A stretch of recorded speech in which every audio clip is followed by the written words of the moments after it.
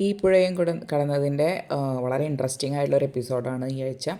അപ്പോൾ വേറൊന്നുമല്ല, ഗംഗയുടെ കല്യാണ നിശ്ചയം. അപ്പോൾ അതിനിടയ്ക്ക് ഒരു കുട്ടി ഓടി വന്നിട്ട് തട്ട് കൈമാറ്റം നടക്കുന്നതിനിടെ തട്ട് താഴെ വീണു. അങ്ങനെ ഇത് മുടങ്ങുകയാണ്. അങ്ങനെ മുടങ്ങിക്കഴിഞ്ഞപ്പോൾ അവിടെ ഉള്ളവർ കൂടി ചേർന്നിട്ട് ചോദിക്കുകയാണ്, ഇനിയും കല്യാണം മുടങ്ങിക്കഴിഞ്ഞാൽ എങ്ങനെയാണ് ഗംഗയ്ക്ക് വേറൊരു കല്യാണാലോചന ശരിയാവുക? അപ്പോൾ അതുകൊണ്ട് ഈ കല്യാണം തന്നെ നടത്തണം എന്ന് പറയുകയാണ്.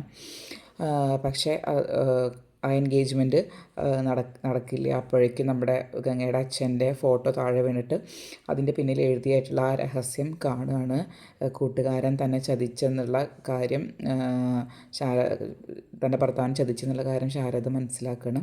അപ്പോൾ സ്വാഭാവികമായിട്ട് അത് കണ്ടപ്പോൾ ശാരദയ്ക്ക് തൻ്റെ മക്കളൊന്നും ഇത്രയും കാലം പറഞ്ഞിരുന്നത് ചുമ്മാതല്ല, കാര്യമുള്ള കാര്യമാണെന്ന് പറയണം.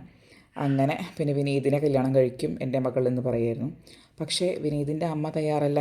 കാരണം വിനീതിൻ്റെ അമ്മയ്ക്ക് ഇഷ്ടമല്ല ഗംഗേനെ കല്യാണം കഴിപ്പിക്കുന്നത്.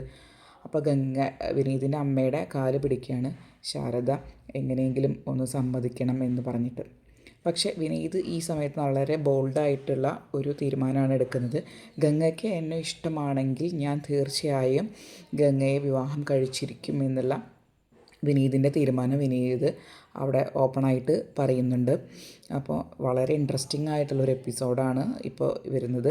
അതുമാത്രമല്ല, ഇനി കാണിക്കുന്നത് അടുത്ത ആഴ്ചകളിൽ എന്ന് പറയുന്നത് വിനീതിൻ്റെയും ഗംഗയുടെയും വളരെ റൊമാൻറ്റിക് ആയിട്ടുള്ള കുറച്ച് എപ്പിസോഡ്സ് ആയിരിക്കും. വളരെ ഇൻട്രസ്റ്റിംഗ് ആയിട്ടുള്ള എപ്പിസോഡ്സ് ആയിരിക്കും. നമുക്കിപ്പോൾ അതിന് വേണ്ടിയിട്ട് കാത്തിരിക്കാം. അപ്പോൾ ഈ ചാനൽ കൂടുതൽ റിവ്യൂസിന് വേണ്ടിയിട്ട് ഈ ചാനൽ എല്ലാവരും സബ്സ്ക്രൈബ് ചെയ്യുക, ലൈക്ക് ചെയ്യുക. Thank you.